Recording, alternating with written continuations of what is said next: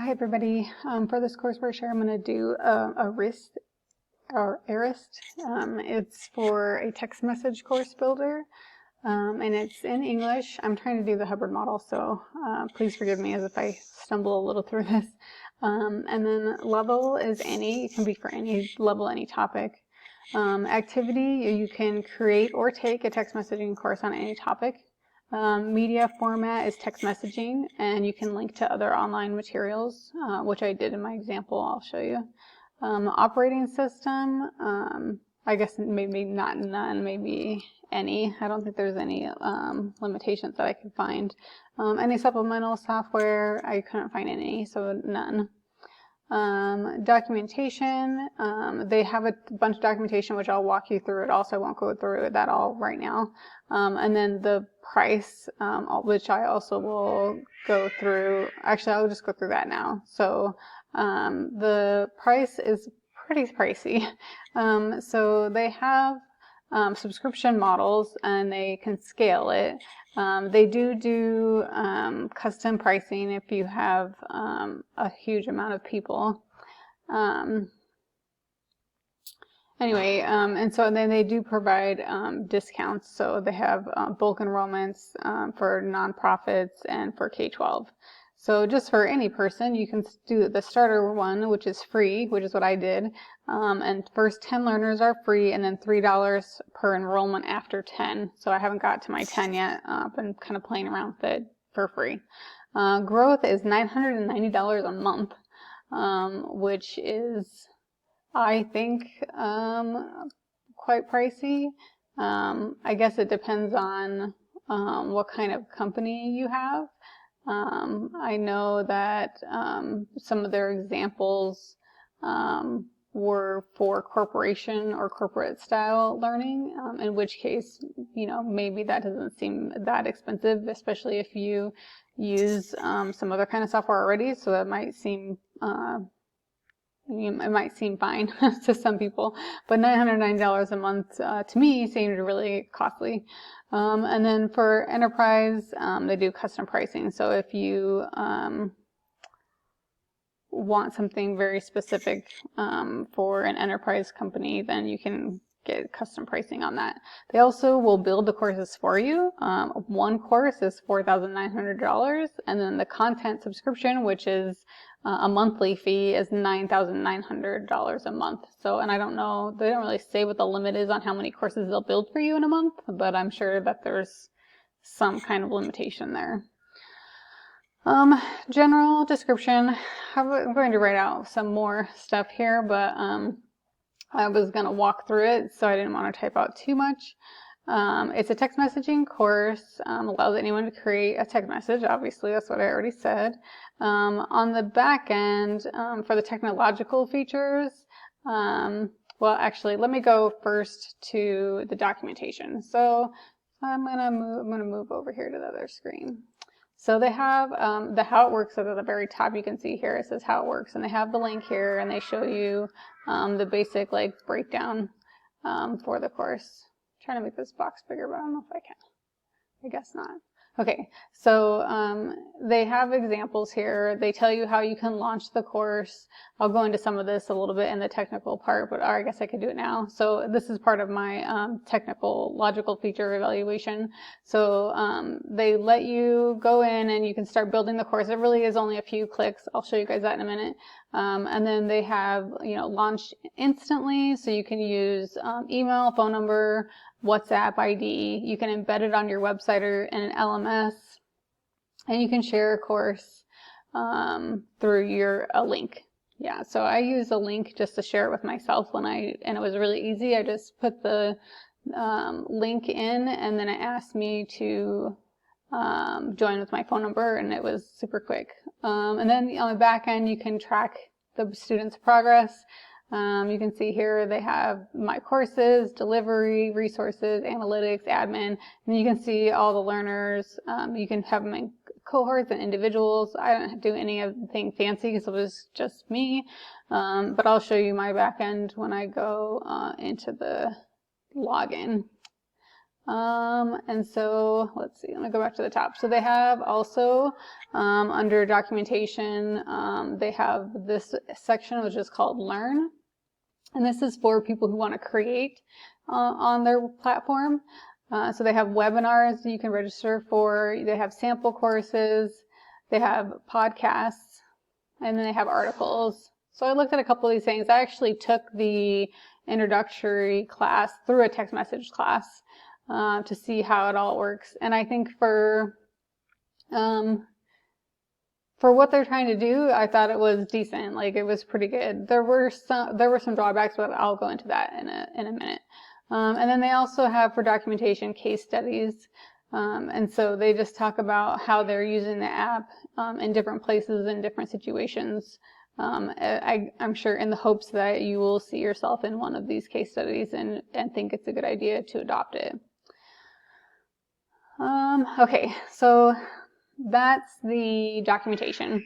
Going into the technological features, I'm going to go ahead. I'm actually already logged in on another window. So let me go. So right when I log in, it brings me here, but I don't want to be here. There's actually another button that's outside this little box. I'm going to move it over here, up here at the top where it says dashboard. So this is where I want to go.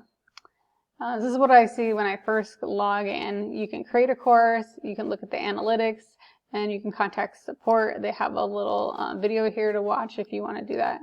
And then you can pick up where you left off. You can see on the left-hand side, they have all of these different things that you can look at. Honestly, when I first started using this, it took me a little while to figure out what to do, where to go. It didn't seem very intuitive to me.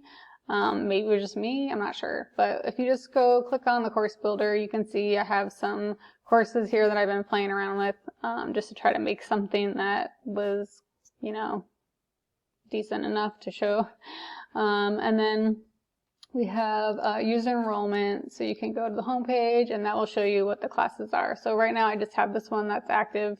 I'm actually taking this right now. It's my own class. I'm not really taking it, obviously, but I'm just like going through it just to see.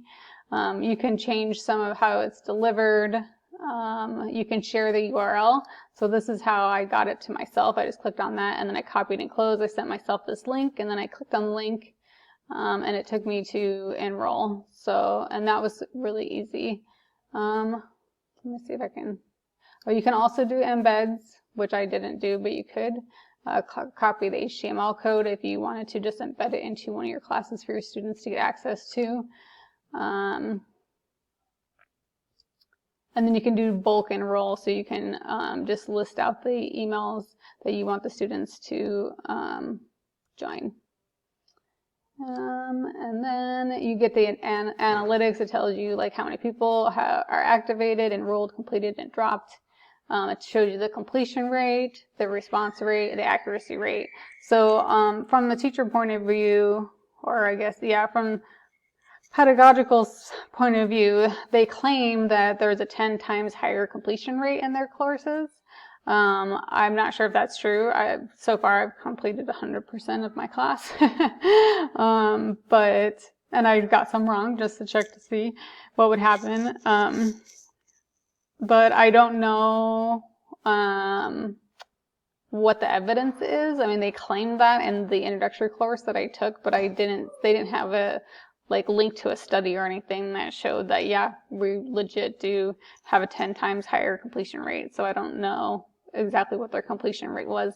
I think I did read somewhere else that they claimed a 94% completion rate, but I couldn't find that statistic when I went back through looking for it. I'll have to look for it again. So I'm not sure where I read that, but I read through all these pages and I lost track of where I saw that. So, and then you can see the responses, so you can actually click on this. Move this box over. So if I click on this, it'll take me to the class, and then I can see each question and how did I answer for each one. And then you can download that's a CSV file, so if you wanted to upload the grades to Canvas, you could do it that way.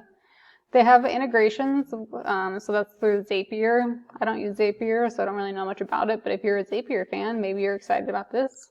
They have the admins. You can add other admins that can participate in the course as different roles.